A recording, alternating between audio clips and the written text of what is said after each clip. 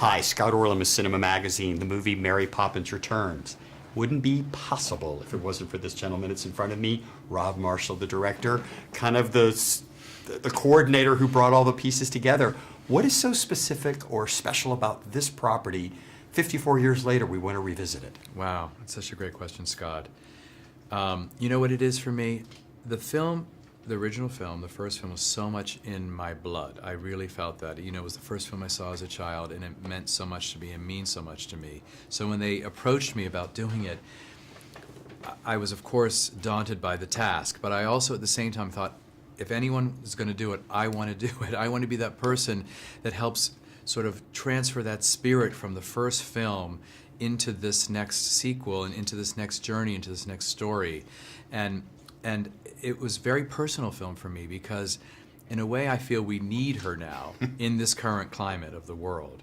The sort of injection of hope and seeing things through a child's eyes, really sort of, you know, because that's really what the film's about, is about sort of not losing that sense of wonder that happens as you get older and you become more cynical and life steps in, but to keep reigniting that. And so that was honestly the guiding force for me throughout the making of this whole film, was that message and sending that out into the world today.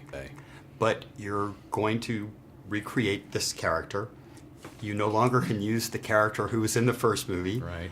What were you looking for specifically? I mean, obviously, Emily Blunt's a great actress, yes. But... Well, I was looking to set a story in the Depression era of the book. So the books were written in the 30s, and so the first ones, there are 8 of them.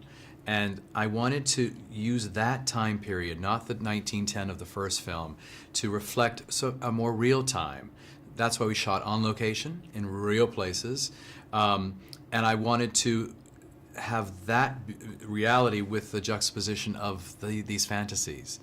And then the hope is that by the end of the film, there's the convergence of the two worlds, when the character of Michael allows that kind of fantasy into his life, that he brings that into his family and his world, and it can live together, which is really also the message of the film.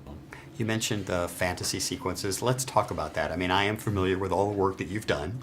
It's very practical. When all of a sudden you step into a 2D drawing, how creatively interesting and challenging was that for you? Oh my gosh, the most challenging thing I've ever done. Because there's so many elements to it, because you're working with hand-drawn animators. I mean, they're on the set with you. Because we were trying to understand how we would do this. You know, live action and animation together is a very complicated thing. You know, if Mary Poppins is dancing with the penguins, you know, I would shoot it once with Mary Poppins and the reference dancers that would be the penguins, and then take Mary Poppins out, just shoot the penguins as, you know, reference dancers, and then just take them out and just shoot Mary. I mean, it was all these layers with original music and choreography, and, you know, pretending that there are these things around you. And it's a 15-minute sequence. And I really wanted to use the hand-drawn animation because I felt it's in the DNA of Mary Poppins. I mean, I knew if I went to see the film, that's what I want to see. And so we had to actually take animators out of retirement. And then some younger artists in their 20s are very interested in working in that old-school animation style, and much more interested than the CG sort of computer-generated style. So that was thrilling to sort of see that all come to life with that artistry. I mean, it's that crazy thing, Scott, where you're like drawing and flipping and that whole thing. I mean, that's really what it is. And you know, that it turned out the way it did is like, you know, a miracle. Who doesn't want to dance with a penguin? Exactly, why not? Bob Marshall, is always such a pleasure. Congratulations. Thank you, Scott. Great seeing you. And this is Scott Orlin. Until next time.